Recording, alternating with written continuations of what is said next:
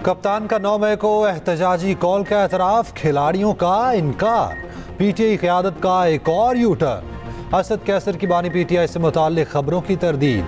कहते हैं जो मीडिया में आया है बानी पीटीआई ने वो नहीं कहा।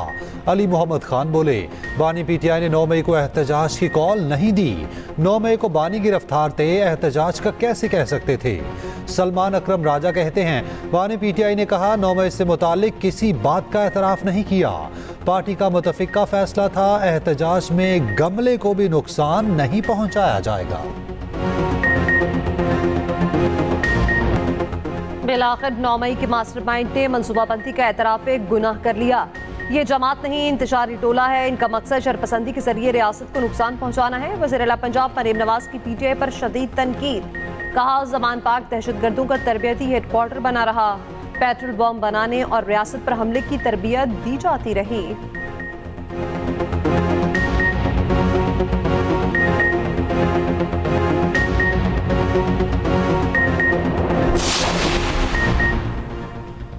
पीपल्स पार्टी का बानी पीटीआई से माफ़ी का मुतालबा। सेनेटर शहरी रहमान कहती हैं इदारों और शोहदा की यादगारों पर हमले की कॉल देने का एतराफ़ काफ़ी नहीं। सीनियर वज़ीर सिंध शर्जील मेमन कहते हैं GSQ के बाहर पुरअमन एहतजाज की कॉल दी तो लोग अंदर कैसे थे। पुरअमन एहतजाज था तो कराची में बसें और एम्बुलेंस कैसे जली।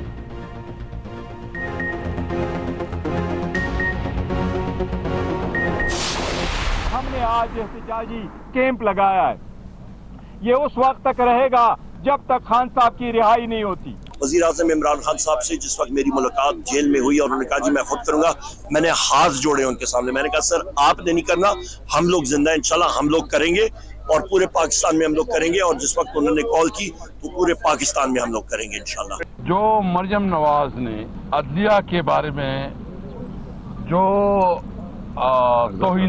तौहीना में अल्फाज बोले हैं और उनको एक किस्म की थ्रेट की है, आज हम इसकी मजम्मत करते हैं क्योंकि वो जिस तरह समझ रही है कि शायद ये अदलिया उसके माता।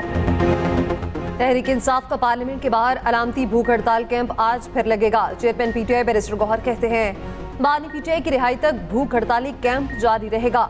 ऑपोजिशन लीडर उमर अयूब ने कहा जब बानी पीटीआई का हुक्म होगा पूरे मुल्क पे भूख हड़ताल करेंगे। असद कैसर बोले मरीम नवाज ने अदलिया को धमकाया, उसकी मजम्मत करते हैं। मरीम नवाज के खिलाफ तौहीन अदालत की कार्रवाई का मुतालबा करते हैं।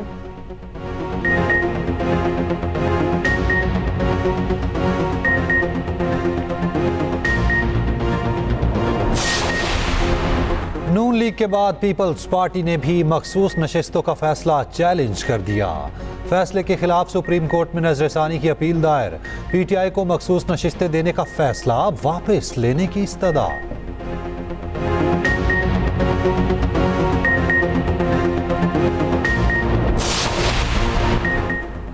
वज़ीर आज़म ने वफाकी काबीना के इजलास सुबह 11 बजे तलब कर लिया। पीटीआई पर पाबंदी और क़यादत पर आर्टिकल 6 लगाने का मामला ज़ेरे गौर आने का इम्कान। काबीना इजलास में 6 निकाती एजेंडे पर गौर होगा।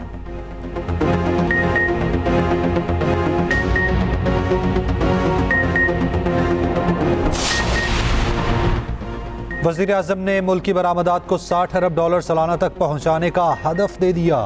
बरामद कुनिंदगान के मसाइल हल करके आइंदा 2 हफ्ते में रिपोर्ट पेश करने की हिदायत। सनतों के लिए बिजली की लागत कम करने के लिए जामे मंसूबा तलब। वज़ीर आज़म की ज़ेर सदारत कौमी तरक्की बरामदात बोर्ड का इजलास। शहबाज शरीफ ने कहा बरामदात की इस्तेदाद वाले शोबों के नुमाइंदों की तजावीज़ को हतमी शक्ल दी जाए।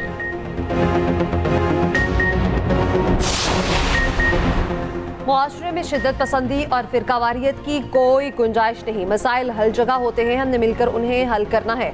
सदर आसिफ अली जरदारी ने क्रिश्चियन मैरिज तरमीमी एक्ट 2024 की तौसीह कर दी। तकरीब से खिताब में कहा आप भी उतने ही पाकिस्तानी हैं जितने हम।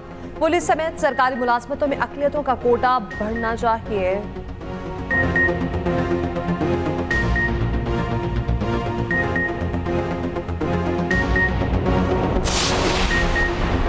9 मई केसेस में बानी पीटीआई लाहौर पुलिस की तफ्तीश में शामिल। बानी पीटीआई का फोरेंसिक टेस्ट देने से इनकार।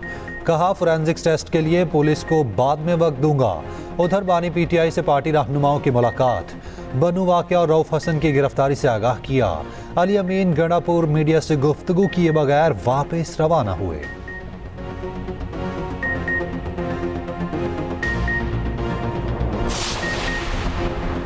पीटीआई रहनुमा रऊफ हसन 2 रोज़ा जिस्मानी रिमांड पर एफआईए के हवाले। एफआईए के प्रोसिक्यूटर की 10 रोज़ा रिमांड की इस्तदा मुस्तरद।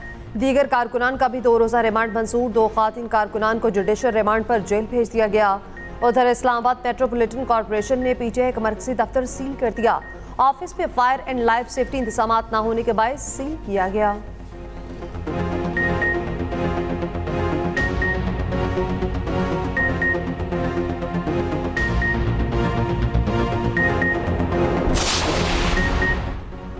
पीटीआई सेक्रेटेरिएट में बैठे तमाम अफराद को गिरफ्तार करना लाजिम था। क्या उस दफ्तर में मौजूद होना जुर्म है? सेक्रेटेरिएट के बाहर कोई शख्स किसी का इंतजार कर रहा होता तो उसे भी गिरफ्तार कर लेते। चीफ जस्टिस आमिर फारूक के पीटीआई सेक्रेटेरिएट पर छापे और गिरफ्तारियों के खिलाफ केस में रिमार्क्स। कहा, आपने 10 घंटे तक 32 अफराद को वहां कैसे रखा?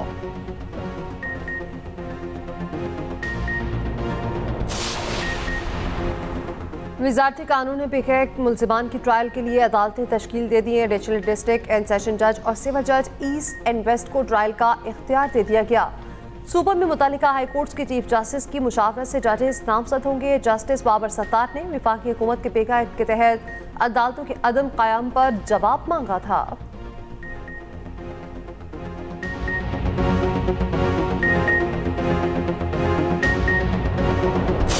ड्रामा निगार खलीलुर रहमान कमर को हनी ट्रैप करने वाली मुलजिमा का 3 रोज़ा जिस्मानी रिमांड मंजूर।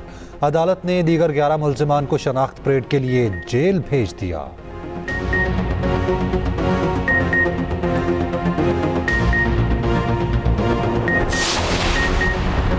शदीद गर्मी और हब्स, सिंध में स्कूल्स की छुट्टियां 14 अगस्त तक बढ़ा दी गईं। महकमा तालीम सिंध ने नोटिफिकेशन जारी कर दिया। सिंध में नया तालीमी साल 15 अगस्त से शुरू होगा।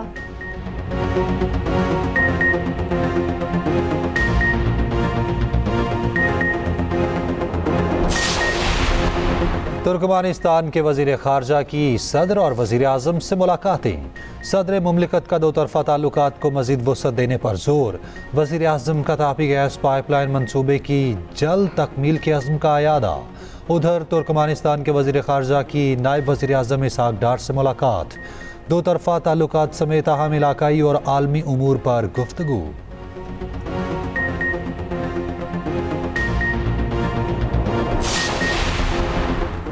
IMF की एक और शर्त पूरी। ताज-ए-दो स्कीम का दायरा 42 शहरों तक वसी। FPR का नोटिफिकेशन जारी। ताजरों का बहाना 1000 रुपए तक टैक्स देना होगा। तायुन दुकानों की मार्केट वैल्यू के हिसाब से होगा। इत्तला छोटे ताजरों, दुकानदारों, होलसेलर्स और रिटेलर्स पर होगा।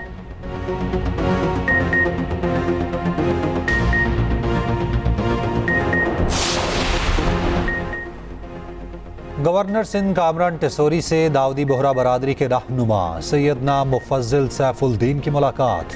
बाहमी दिलचस्पी समेत अहम उमूर पर गुफ्तगू। सैयदना मुफज्जिल सैफुद्दीन ने IT क्लासेस को सराहा और 100 लैपटॉप का तोहफा दिया।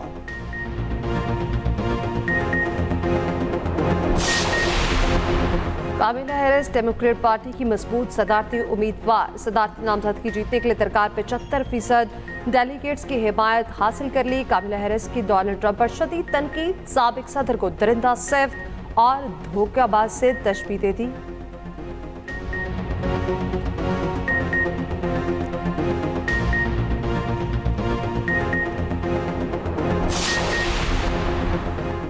डोनाल्ड ट्रंप पर कातिलाना हमला रोकने में नाकामी। डायरेक्टर सीक्रेट सर्विस कैमरली शैटल ओहदे से मुस्ताफी।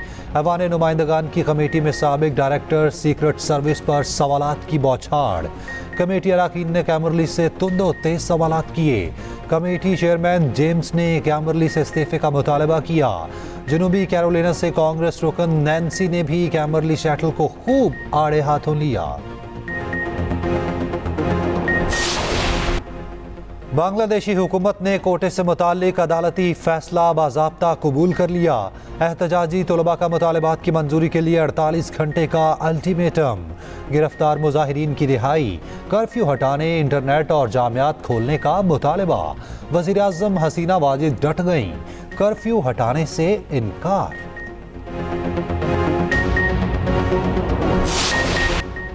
आज़ाद कश्मीर की वादी नीलम मौत की वादी बन गई। सयाहों की गाड़ियों के हादसात मामूल बन गए। सरकारी अदादोशुमार के मुताबिक 2015 से 2022 के दौरान 155 अफराद ट्रैफिक हादसात में जाँ बहक और 225 जख्मी हुए। खस्ता हाल सड़कें, तेज रफ्तारी, अनफिट गाड़ियां और ना तजुर्बाकार ड्राइवर हादसात की वजह करार।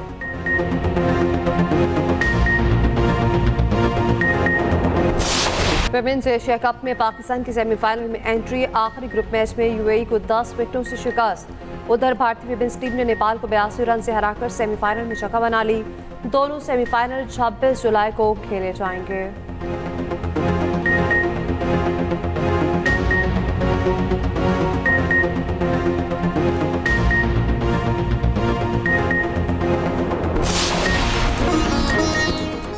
और ओलंपिक से गोल्ड लाने का मिशन। पाकिस्तान की उम्मीद अरशद नदीम पेरिस पहुंच गए। रवानगी से कबल कौमी हीरो के एजाज़ में तकरीब।